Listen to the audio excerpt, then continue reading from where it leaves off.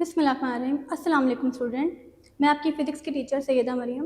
बच्चों, आज का हमारा टॉपिक है इलेक्ट्रिक फ्लक्स। लेकिन बच्चों, इलेक्ट्रिक फ्लक्स पे जाने से पहले मैं एक टर्म है वेक्टर एरिया, वो आपको इंट्रोड्यूस करवा देती हूँ, ताकि जब हम बार बार इस टॉपिक में वेक्टर एरिया का जिक्र करेंगे तो आपको ऑलरेडी उसका कॉन्सेप्ट हो कि वेक्टर एरिया होता क्या है। वेक्टर एरिया बेसिकली किसी एरिया का वेक्टर होता है। लाइक आपके पास ये एरिया है, ये सरफेस है, ये एरिया है। अब इसका अगर हम वेक्टर ड्रॉ करना चाहें कि इसकी वेक्टर की डायरेक्शन क्या होगी, तो इस सरफेस के ऊपर अगर हम परपेंडिकुलर इस तरह से रख दें ये दिस वन, तो ये इसके एरिया वेक्टर की डायरेक्शन होगी। एरिया वेक्टर किससे एसोसिएटेड होता है? A vector associated with a plane surface, किसी प्लेन सरफेस से एसोसिएटेड होता है। और इस आपको पता है, आपने 9th क्लास से पढ़े हो कि जो वेक्टर क्वांटिटीज होती हैं उनकी दो वैल्यूज होती हैं, एक मैग्नीट्यूड भी चाहिए और उनको डायरेक्शन भी चाहिए। मैग्नीट्यूड क्या होगा इसका? बेटा, जो इस सरफेस का एरिया होगा ना, वो इसका मैग्नीट्यूड होगा। सेकेंडली डायरेक्शन चाहिए। डायरेक्शन क्या होगी? इस सरफेस के ऊपर जो नॉर्मल वेक्टर होगा वो इसकी डायरेक्शन होगी। अगर ये सरफेस इस तरह से रखी हुई है तो ये इसके एरिया वेक्टर की डायरेक्शन है। अगर ये सरफेस ऐसे रखी हुई है तो ये इसके एरिया वेक्टर की डायरेक्शन है। अगर इसको मैं उल्टा कर दूं तो ये इसके एरिया वेक्टर की डायरेक्शन है। अगर ये ऐसे रखी हुई है तो ये इसके एरिया वेक्टर की डायरेक्शन है।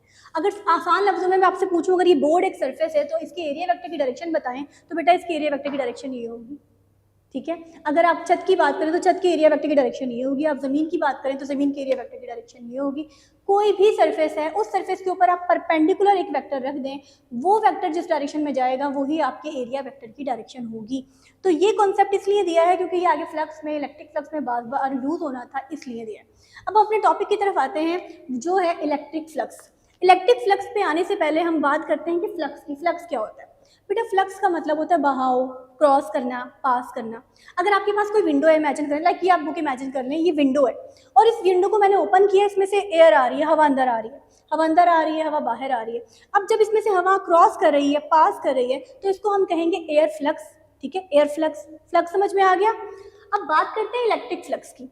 प्रीवियस लेक्चर में बेटा आपने पढ़ा था electric field lines. Electric field lines किसको रिप्रेजेंट करती हैं? इलेक्ट्रिक इंटेंसिटी की डायरेक्शन को और इलेक्ट्रिक इंटेंसिटी की स्ट्रेंथ को। तो आपके पास जहां पर भी इलेक्ट्रिक फील्ड लाइंस अगर किसी एरिया में से पास करें, और उसको हम कहते हैं इलेक्ट्रिक फ्लक्स। लाइक ये आपके पास कोई एरिया है, यहाँ कोई चार्ज रखा हुआ है, चार्ज की फील्ड लाइंस आगे जा रही हैं और वो इस एरिया में से, इस सरफेस में से पास कर रही हैं, तो जितनी फील्ड लाइन पास करेंगी वो उसका क्या हो जाएगा? Electric flux. तो आपके पास इलेक्ट्रिक फ्लक्स की क्या डेफिनेशन बनती है? The number of field line passing through a certain element of area. अगर इसमें से 10 लाइंस पास करी है, फ्लक्स 10 हो गया। 2 लाइन पास करी है, फ्लक्स 2 हो गया। अब इलेक्ट्रिक फ्लक्स समझाने के बाद, इलेक्ट्रिक फ्लक्स क्या है? Number of field line, electric field line passing per unit area. अब बात करते हैं कि डिपेंड किस पे करती है, फॉर्मूला क्या होता है। अब पहली बात करते हैं कि हम बात करते हैं इंटेंसिटी की। अगर हम आपके पास फॉर एग्जांपल ये आपके पास एक एरिया है, इसमें से फील्ड लाइन पास कर रही है 10 फील्ड लाइन, ये इलेक्ट्रिक फील्ड लाइन यहाँ से पास कर रही है, इलेक्ट्रिक फील्ड लाइंस। अब अगर मैं पीछे से चार्ज की वैल्यू बढ़ जाए, इलेक्ट्रिक इंटेंसिटी बढ़ जाए, तो 10 की जगह 20 पास करना शुरू हो जाएंगी। तो फिर अगर 20 पास करना शुरू हो जाएंगे, इसका मतलब है इलेक्ट्रिक इंटेंसिटी की वैल्यू बढ़ने से इलेक्ट्रिक फ्लक्स की वैल्यू भी क्या हो रही है?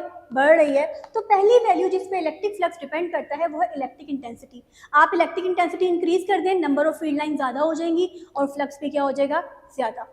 सेकेंड बात करते हैं कि आपके पास, अगर हम एरिया की बात करें बच्चे, ये अगर मैं आपके पास फील्ड लाइन्स ड्रॉ करूँ, लाइक ये मैं आपके पास एरिया ड्रॉ करूँ, इसमें से फील्ड लाइन पास कर रही है, फॉर एग्जाम्पल 4 पास कर रही है, लेट्स से इमेजिन कर लें।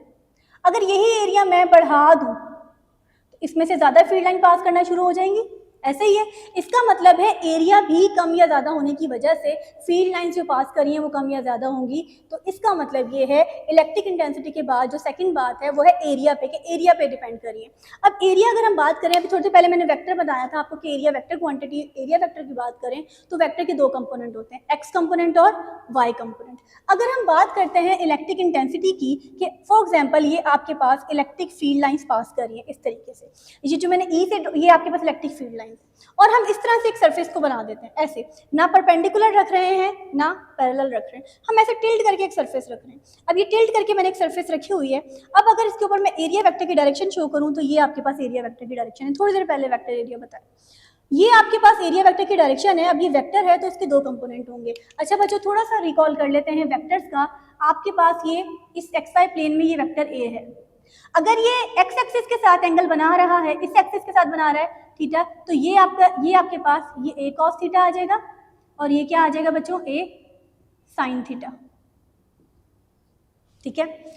सेम अगर ये आपके पास वेक्टर एरिया है ए, ये वेक्टर है ए, और ये इस लाइन के साथ एंगल बना रहा है, इस लाइन के साथ, अब अगर ये इस लाइन के साथ एंगल बना रहा है तो जिस लाइन के साथ एंगल बनाएगा वो कौन सा कंपोनेंट हो जाता है, वो एक्स कंपोनेंट हो जाता है, ए कॉस थीटा। तो आपके पास ये वाला जो कंपोनेंट हो जाएगा वो हो जाएगा ए साइन थीटा। अब आपने देखना है सरफेस एंगल किसके साथ बना रही है, ये सरफेस है दिस वन प्लेन, ये इस लाइन के साथ पर वर्टिकल लाइन के साथ एंगल बना रही है। देखो ये जो सरफेस है ये इस लाइन के साथ एंगल बना रही है। अब इस एरिया वेक्टर के दो कंपोनेंट हैं, एक्स कंपोनेंट और वाई कंपोनेंट, जिसके साथ वो एंगल बना रही है वो हो जाएगा ए कॉस थीटा, जिस और उस थीटा के सामने वाला जो कंपोनेंट होता है वो होता है ए साइन थीटा। अब हमारे पास दो कंपोनेंट है, हमने ये देखना है कि कौन सा कंपोनेंट आपके पास इलेक्ट्रिक फील्ड लाइंस को सपोर्ट कर रहा है, पास होने में फ्लक्स को सपोर्ट कर रहा है। अब बच्चों इधर देखें, अगर हम इस कंपोनेंट की बात करें ए कॉस थीटा, हम वो कैसे रखते हैं, प्लेन ऐसे रखते हैं तो ज़्यादा फील्ड लाइन पास करेंगी। अगर हम इसी को प्लेन को इस तरह से रखते हैं ए साइन थीटा की डायरेक्शन में ऐसे, तो कोई फील्ड लाइन पास नहीं करेगी। अब बच्चों बताएं कौन सा कंपोनेंट है जो सपोर्ट कर रहा है, इलेक्ट्रिक फील्ड लाइन को पास करवा रहा है, विच component is a cos theta.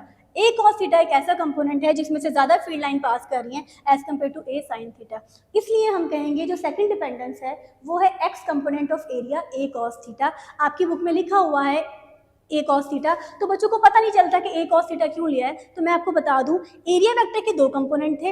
अब यहाँ पे कॉस क्यों आ रहा है, यहाँ पे कॉस क्यों नहीं आ रहा है, इसलिए मैंने बता दिया थीटा इस वाली सरफेस के साथ बन रहा है, जहाँ थीटा बनेगा जिस सरफेस के साथ वो ए कॉस थीटा होगी, ऑपोजिट जो लाइन है वो ए साइन थीटा होगी। A sine theta electric field lines को पास करने में सपोर्ट नहीं कर रहा, ए कॉस थीटा सपोर्ट कर रहा है, इसलिए हमारे पास डिपेंडेंस किस पे हो रही है, एक्स कंपोनेंट ऑफ एरिया। यहाँ तक बात समझ में आई। इसका मतलब है अगर हम ई को और एक्स कंपोनेंट ऑफ एरिया को मल्टीप्लाई कर देंगे तो हमारे पास फ्लक्स आ जाएगा। ये जो मैंने आपको सारा बताया है ये कॉन्सेप्ट है इलेक्ट्रिक फ्लक्स का। अब हम आते हैं फॉर्मूले की तरफ और डेफिनेशन की तरफ। तो इलेक्ट्रिक फ्लक्स की डेफिनेशन क्या बनती है, डॉट प्रोडक्ट। आप लोगों ने पढ़ा हुआ है ना, ये देखिए बच्चों, ए डॉट बी किसके बराबर होता है, ए बी कॉस थीटा। ठीक है बच्चों, तो आपके पास ए बी कॉस थीटा ये है, अगर हम प्रीवियस जाएं तो क्या हो जाएगा, डॉट प्रोडक्ट बन जाएगा, तो ई डॉट ए इन दोनों का डॉट प्रोडक्ट आ जाएगा। तो आपके पास electric flux is the dot product of intensity and element of area. अब फिजिकल क्वांटिटी है इलेक्ट्रिक फ्लक्स, और आप पढ़ चुके हैं हर फिजिकल क्वांटिटी के कोई ना कोई यूनिट, कोई ना कोई सिंबल होते हैं। तो इलेक्ट्रिक फ्लक्स का सिंबल है एक ग्रीक लेटर फाई, इसको हम कहेंगे फाई। ठीक है, अगर आप पहली दफ़ा पढ़ रहे हो तो कोई बात नहीं, फाई इसका नाम है। अब इसके नीचे छोटा सा ई लिखा हुआ है, इस छोटे से ई का मतलब है हम किस फ्लक्स की बात कर रहे हैं, हम इलेक्ट्रिक फ्लक्स की बात कर रहे हैं। इस ई, ये ई रिप्रेजेंट कर रहा है इलेक्ट्रिक फ्लक्स को, सिंबल हो गया। अब फॉर्मूले में आते हैं, अभी आपने सारे कॉन्सेप्ट से डिपेंडेंस से फॉर्मूला बनाया है कि ई ए कॉस थीटा। ठीक है, ई ए कॉस थीटा। अब बच्चे ये आप जरा वापस जाएं तो ई डॉट ए आ जाएगा। ठीक है, अब आप बात करते हैं यूनिट की। अगर हम यूनिट की तरफ आएँ तो बच्चों इंटेंसिटी के यूनिट क्या होते हैं, एफ ओवर क्यू से न्यूटन पर कूलम हमने लिख दिया। एरिया के यूनिट क्या होते हैं, मीटर स्क्वायर, तो इसके यूनिट आ जाएंगे न्यूटन मीटर स्क्वायर पर कूलम स्क्वायर। अगर आप पेपर में भूल जाओ तो आप इस इंटेंसिटी के फॉर्मूले से इसके यूनिट को रिकॉल कर सकते हैं। अब हम बात करते हैं इसके दो केसेस की कि मैक्सिमम फ्लक्स कब होगा और मिनिमम फ्लक्स कब होगा। अगर आपके पास इलेक्ट्रिक इंटेंसिटी की लाइन्स ऐसे जा रही है, फील्ड लाइन्स, और हम सरफेस को परपेंडिकुलर रख दें, इलेक्ट्रिक सरफेस को परपेंडिकुलर रख दें। अब देखो बच्चे, जब सरफेस परपेंडिकुलर होगी तो एरिया वेक्टर क्या आ जाएगा, पैरेलल। देखो ऐसे, इसके ऊपर ऐसे एरिया वेक्टर है ना, इस सरफेस का एरिया वेक्टर ऐसे, तो आपके पास एरिया वेक्टर इसके पैरेलल आ जाएगा। आप फॉर्मूले में वैल्यूज पुट करें, दो पैरेलल वेक्टर के बीच में एंगल 0 डिग्री होता है, तो cos 0 हमेशा 1 आता है, तो आपके पास यहाँ 1 आ जाएगा और मैक्सिमम फ्लक्स आ जाएगा ई ए। ठीक है, अब एमसीक्यू दो तरह से आ सकते हैं, आपने कंफ्यूज नहीं होना। इस तरह से भी एमसीक्यू की लाइन लिखी हुई होती है, if the surface is placed perpendicular, तब क्या होगा, मैक्सिमम फ्लक्स होगा।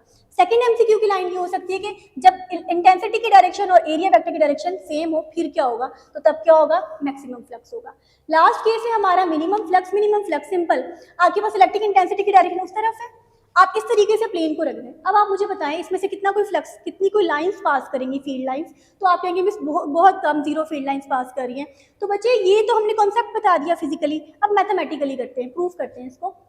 तो आपके पास अगर ये सरफेस इस तरीके से है तो बेटा इसके एरिया वेक्टर की डायरेक्शन ऐसी होगी, तो बेटा एरिया वेक्टर की डायरेक्शन इस तरीके से है, तो आपके पास ई में और ए में क्या एंगल बन रहा है बच्चों, 90 डिग्री। cos 90 डिग्री होता है 0, आप cos 90 डिग्री की जगह 0 पुट करें तो ये पूरा फैक्टर हो जाएगा 0। तो आपके पास मिनिमम फ्लक्स आएगा। कब आएगा मिनिमम फ्लक्स? दो स्टेटमेंट बता रही हूँ एमसीक्यूज की। मिनिमम फ्लक्स तब आएगा जब सरफेस पैरेलल हो इलेक्ट्रिक इंटेंसिटी के, एक ये स्टेटमेंट। मिनिमम फ्लक्स आएगा जब एरिया वेक्टर जो है वो इस तरह से हो, परपेंडिकुलर हो इलेक्ट्रिक इंटेंसिटी के। तो ये दोनों स्टेटमेंट के थ्रू आपको एमसीक्यूज में आ सकता है। होप आपको आज का लेक्चर समझ आया होगा। थैंक यू, अल्लाह हाफिज़।